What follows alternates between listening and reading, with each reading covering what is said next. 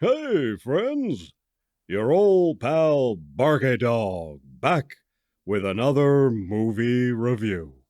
This time we're taking a look at one of the last great animated films. This one from the 1990s. And no, it wasn't made by Disney. This time it's Balto, a 1995 film from Universal, and Steven Spielberg's Amblin Entertainment offshoot, Amblimation. Our story goes like this. In the waning days of 1924, a diphtheria epidemic hits the small town of Nome, Alaska.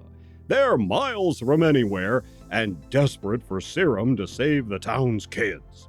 Our hero is Balto, a stray dog who is reportedly half wolf. The sled dogs in town don't like him, and he's made fun of for his wolfly heritage. He has one friend, Boris the goose. Anyway, he meets this sexy lady dog, whose owner is one of the kids stricken with the disease. Balto is determined to help out, despite the attempts of a celebrity sled dog named Steel, the baddie of the piece, to stop him. Balto sets out alone to follow the trail and guide the team back to Nome. He winds up leading a team with the medicine through the perils of Alaska in winter. Steel and his hench dogs try to thwart him the whole way. Simon Wells directed this movie. We just saw his work in my video on The Time Machine. Well, here he is again. He also directed The Prince of Egypt and Spirit, and more recently Puss in Boots: The Last Wish and Ruby Gilman. In our cast, we have the voice talents of Kevin Bacon, Bob Hoskins, Bridget Fonda, Jim Cummings, Phil Collins, and one of my favorite British comedic actors, Donald Sinden, from Two's Company and Never the Twain. Longtime voice actors Danny Mann and Jack Angel are both here, as is Miriam Margolyes as the batty grandma in the live-action scenes that bookend the story. Along with a metric ton of other roles, you may know her best as Professor Sprout in the Harry Potter movies. Finally, James Horner composed the music, which is, of course, lovely. The animation is first class, the snow and forest scenes are perfectly rendered, and the goose Boris is amazingly expressive, and not a fraction as annoying as Aquafina's seagull in The Fake Little Mermaid. There are absolutely breathtaking action sequences, and Balto and his friends take on a truly frightening grizzly bear. The baddie Steel is legit bad, and the story moves along at a good pace, and you really root for our heroes to overcome the odds and make it. So, awesome all the way around, right? So, why was this movie a flop? Well, sadly, Balto was released around the same time as another animated film, a juggernaut called Toy Story. Toy Story all but demolished Balto at the box office and was hailed as the wave of the future in animation. The burning irony to me is that Balto, just as it is, if it were released today, would be able to demolish anything crapped out by Disney Pixar in the past 6 or 7 years. Balto did modestly at the box office at best. It got good reviews and over time developed a sort of cult following, and deservedly so. There have been 2 direct-to-video sequels, Balto 2 Wolf Quest in 2001 and Balto 3 Wings of Change in 2004. Not seen either, but they exist. Believe it or not, this movie was based on a real story. Well, kinda. Let me explain. In the last few days of December of 1924, there was an outbreak of diphtheria in Nome, Alaska. The only diphtheria medicine they had was long expired, so the local doctor wired Fairbanks for a fresh supply. The governor gathered enough serum to help, but the problem was getting it to Nome in the dead of winter. In Alaska. They couldn't take a boat on account of pack ice, making ocean travel impossible. They only had one plane, an open cockpit biplane that had been mothballed for the winter. And although they tried to use it, weather conditions were simply too bad. The only way to get the medicine to Nome was overland. They managed to get the stuff as close as they could via train, but that was still hundreds of miles away, and they could go no further. So, things were looking super ultra not good. Nome had one last hope, namely using sled dogs to deliver the medicine. Sled dogs had been used to carry mail and freight over established trails, but it normally took weeks. This time, they'd have to do it in days, like in 100-odd hours, which was unprecedented. Spoiler alert, they did it. This race against death became known as the Great Serum Run of 1925. It was a stunning achievement, given the temperatures were 50 below just for starters.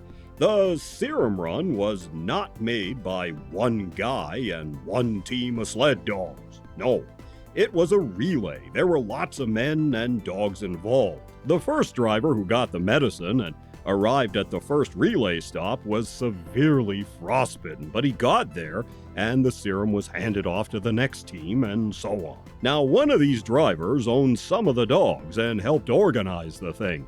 His own daughter had the illness, so he was hella invested in saving the day. This guy was a legit hero, and his lead dog was named Togo. This team was the next to the last on the run to Nome, and this guy had to make a command decision. See, he could follow the established trail along the coastline, or he could cut across the ice in Norton Sound. If a storm came in, the ice would break up and all would be lost, and one was coming in. But time was the enemy, and so he said, "We're going across the ice." This shaved an entire day off the timeline. And just after crossing, a storm hit and the ice broke up. So this guy had cojones of solid rock. Or they were frozen. But either way, they were solid. And the success of the Serum Run was in no small part due to his courage and the lead dog on his team, Togo. They traveled something like 200 miles in harsh winter conditions. So where does Balto come in?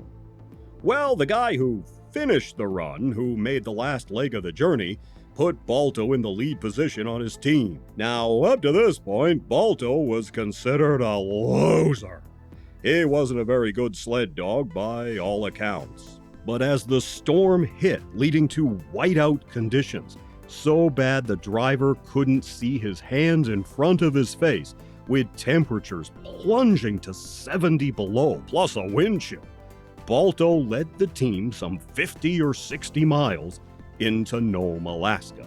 At one point, the driver may have steered the team right into a river, but Balto saved the day. This driver was a legit hero, and Balto a legit hero dog. So how come no one ever talks about Togo and this other driver? Well, on account of people being people. See, the Serum Run, this race against death, was national news, reported as it happened.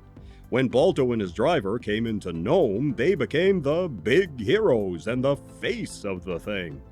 To his credit, this driver always made a point of telling everyone, "It wasn't just me. It wasn't just me. There were all these other guys too," but no one really listened to him.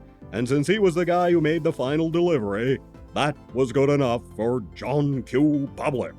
It was not so good enough for that other driver, Mr. Solid Rock. He was a bit put out at being passed over for some of the credit, and seeing a loser like Balto held up over Togo. So what happened to Balto? Balto appeared in a short silent film relating the events of the Serum Run, Balto's Race to Nome, which sadly is a lost film.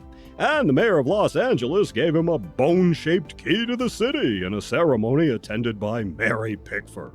Then the owner, Mr. Solid Rock, sold him, pretty much to spite this other driver who loved Balto. Balto and the other dogs on the team wound up in a sort of traveling carnival freak show, along with other famous or odd people and things. The owner didn't treat the dogs so good and they got sick.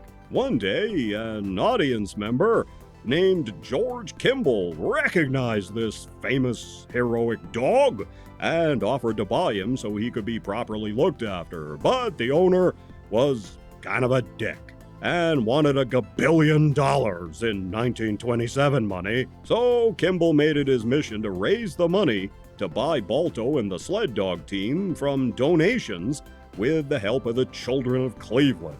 Then Balto and the other sled dogs were installed in the Cleveland Zoo, so people who helped save him could see him, which is only fair, and the dogs were properly cared for life. Ultimately, Balto lasted until 1933. When he died, he got his ass stuffed, and now he's in a glass case at the Cleveland Museum of Natural History, where you can still see him. Because the Serum Run was national news and one of those edge-of-your-seat inspiring stories of courage and all of that, Balto was memorialized with this: a statue in, of all places, Central Park, New York City. You see this statue in the movie. As for Togo, the owner and his dogs did tour the country and ran many exhibition races. When he retired, Togo was used for breeding, and he got it on with a lot of lady dogs, so his lineage continues to this day. When he croaked in 1929, he also got his ass stuffed and is now under glass in a museum in Alaska. Disney made a movie focused on Togo in 2019 for their crappy streaming service, Disney+. The movie's supposed to be pretty good. Surprising if true. I don't know, I've not seen it because modern Disney. William Dafoe stars as Mr. Solid Rock in that one. The Great Serum Run was immortalized in another way as well. In the early 1970s, some sled dog drivers got together to revive the tradition of the sled dog freight trail, only as a race. That race was called the Iditarod, which is still run today. Anyway, Balto is a really good picture, in spite of only having a nodding acquaintance with actual history. It only clocks in at 78 minutes or so. The animation is old school and stunning. So do yourself a favor and skip the latest Disney Pixar trash and marvel at the sheer quality of this picture instead. Balto is easily 3 1/4 paws up and well worth a watch. You take care of yourselves, and I'll see you in the next one.